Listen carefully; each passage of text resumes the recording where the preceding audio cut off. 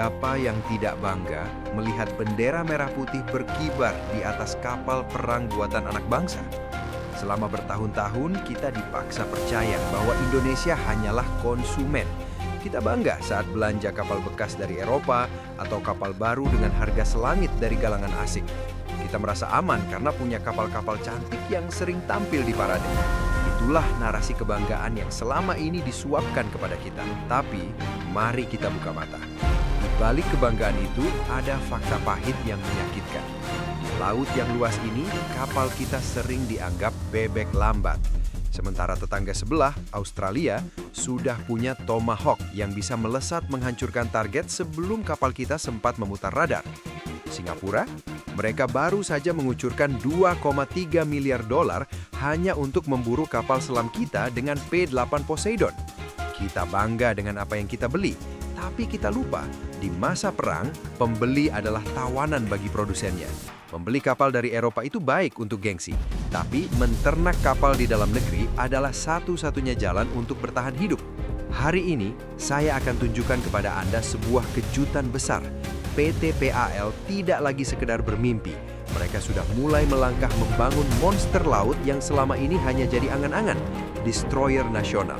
Dalam video ini, kita akan bedah pernyataan mengejutkan petinggi PT PAL, kenapa kita harus berhenti jadi pembeli setia Eropa, dan bagaimana strategi ternak kapal ini akan mengubah peta kekuatan di Asia Tenggara selamanya.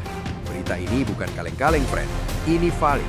Pak Agus Santoso, sosok kunci di balik manajemen transformasi PT PAL, baru saja melemparkan pernyataan yang bikin kuping para pengamat militer regional panas. Beliau secara blak-blakan menyebutkan bahwa PT PAL kini fokus pada dua kategori utama, kapal permukaan dan kapal selam. Oke, itu biasa. Tapi yang luar biasa adalah kalimat lanjutannya. PT PAL akan membangun lebih banyak kapal kelas korvet dan segera memulai proyek kapal kelas destroyer. Ini adalah sebuah lompatan kuantum. Bayangkan, selama puluhan tahun kita bermain di kelas KCR, kapal cepat rudal, atau paling banter frigate ringan. Sekarang kita bicara tentang destroyer. Ini bukan sekedar kapal yang lebih besar. Ini adalah pernyataan kedaulatan. Pak Agus menegaskan bahwa daripada uang kita lari ke galangan kapal di Eropa atau Amerika, lebih baik uang itu diputar di Surabaya, di dalam galangan kita sendiri. Kenapa? Karena logika pertahanan kita harus berubah. Selama ini, kita mungkin dianggap remeh. Kapal kita lari cuma 20 knot, paling kencang 27 knot. Di mata kekuatan global, itu seperti kura-kura di tengah balapan jet. Sementara itu, rudal Tomahawk milik Australia bisa meledak sebelum kita tahu dari mana asalnya. Tapi dengan membangun destroyer di dalam negeri, kita sedang membangun otot kita sendiri. Kita tidak lagi sekedar membeli perlindungan. Kita sedang menciptakan mesin perang yang ekosistemnya kita kuasai penuh. Inilah esensi dari pernyataan Pak Agus. PT PAL bukan lagi sekedar bengkel, tapi jantung dari kekuatan maritim Indonesia. Mari kita bicara jujur, friend. Kenapa sih kita butuh destroyer? Kenapa nggak korvet aja diperbanyak? Lihat sekeliling kita. Singapura, negara kecil dengan dompet raksasa, baru saja menambah pesanan P-8 Poseidon senilai 2,3 miliar dolar. Itu bukan buat gaya-gayaan. P-8 itu pesawat pemburu kapal selam dan kapal permukaan paling mematikan di dunia. Mereka sedang membangun jaring yang sangat rapat untuk memantau setiap pergerakan armada kita.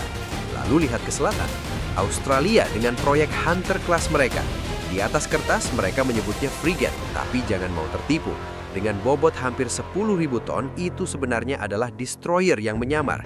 Mereka punya sistem Aegis, mereka punya peluncur vertikal, VLS, yang bisa memuat puluhan rudal.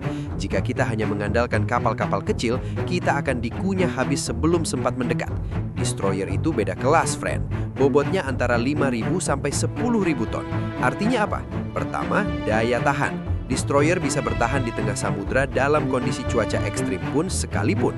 Kedua, area defense. Destroyer dilengkapi dengan radar canggih yang bisa memayungi seluruh armada dari serangan udara. Jet tempur lawan bakal mikir 10 kali sebelum masuk ke radius tembak destroyer kita. Destroyer adalah bodyguard utama bagi kapal induk drone atau kapal angkut kita nantinya. Tanpa destroyer, armada kita hanyalah kumpulan target latihan bagi rudal-rudal jarak jauh tetangga. Kita harus cerdas belanja alutsista. Jangan cuma beli cangkang, tapi bangunlah sistem yang bisa menghancurkan kapal permukaan dan kapal selam lawan sekaligus. Ingat, langkah PT PAL ini bukan muncul tiba-tiba. Ini adalah bagian dari visi besar yang sudah diletakkan pondasinya oleh Pak Prabowo. Beliau punya ambisi besar untuk memodernisasi 41 kapal perang. Dan sekarang, proyek itu sudah mulai menunjukkan hasil nyata. Fondasi kita sudah sangat kuat, friend. PT PAL sudah membuktikan kapasitasnya. Ingat KRI Raden Edi Martadinata 331? Ingat KRI Semarang? Hingga kapal-kapal KCR atau kapal cepat rudal seperti KRI Halasan? Bahkan, kepercayaan internasional pun tumbuh. Filipina sudah langganan pesan kapal ke kita. Uni Emirat Arab pun melirik galangan kita. Dan yang paling membanggakan adalah proyek Frigate Merah Putih. Ini adalah proyek strategis nasional, tidak tanggung-tanggung. Direncanakan tidak hanya 1 atau 2 unit, tapi bisa bertambah hingga 4 unit dalam beberapa tahun mendatang. Ini adalah batu loncatan menuju destroyer. Pertanyaan besarnya sekarang, destroyer Indonesia nanti bakal pakai konsep mana? Apakah kita akan mengambil teknologi dari Korea Selatan yang sudah jadi mitra lama kita dalam proyek kapal selam? Ataukah kita akan melirik Italia dengan desain Thaon di Revel yang futuristik? Atau mungkin kita ambil jalan nekat, mengembangkan desain mandiri yang prototipenya sudah sering berseliweran di pameran-pameran militer sejak 2024. Desain kapal induk drone dan destroyer masa depan Indonesia sudah ada di meja kerja para insinyur kita. Kita punya modal, kita punya pengalaman, dan sekarang kita punya kemauan politik. Sekarang kita masuk ke bagian yang paling krusial. Kenapa saya bilang lebih baik ternak kapal di dalam negeri daripada beli 1-2 dari Eropa? Disinilah kebenaran strategisnya. Di masa damai, Indonesia butuh kuantitas. Wilayah kita ini sangat luas, friend. Untuk menjaga sumber daya alam, menjaga pencurian ikan, dan melakukan patroli kedaulatan harian, kita butuh banyak kapal. Itulah kenapa korvet dan KCR harus diperbanyak, harus diternak. Namun, di masa perang, ceritanya berubah total. Kapal permukaan itu sangat rawan. Mereka adalah target empuk bagi rudal anti kapal jarak jauh dan teknologi jamming lawan yang bisa membutakan radar kita. Jika kapal itu buatan luar negeri dan hubungan kita dengan negara produsen memburuk saat perang, maka kapal itu bisa jadi besi rongsokan karena tidak ada suku cadang atau dukungan perangkat lunak. Inilah visi besarnya. Membangun di dalam negeri bukan hanya soal ekonomi, tapi soal kelangsungan hidup. Jika kita bisa membangun destroyer sendiri, kita menguasai jeroannya. Kita tahu bagaimana cara memperbaikinya saat rusak di medan pertempuran. Kita tahu bagaimana mengintegrasikan rudal buatan lokal maupun global. PT PAL sedang menyiapkan Indonesia agar tidak bisa didikte oleh siapapun saat situasi memanas.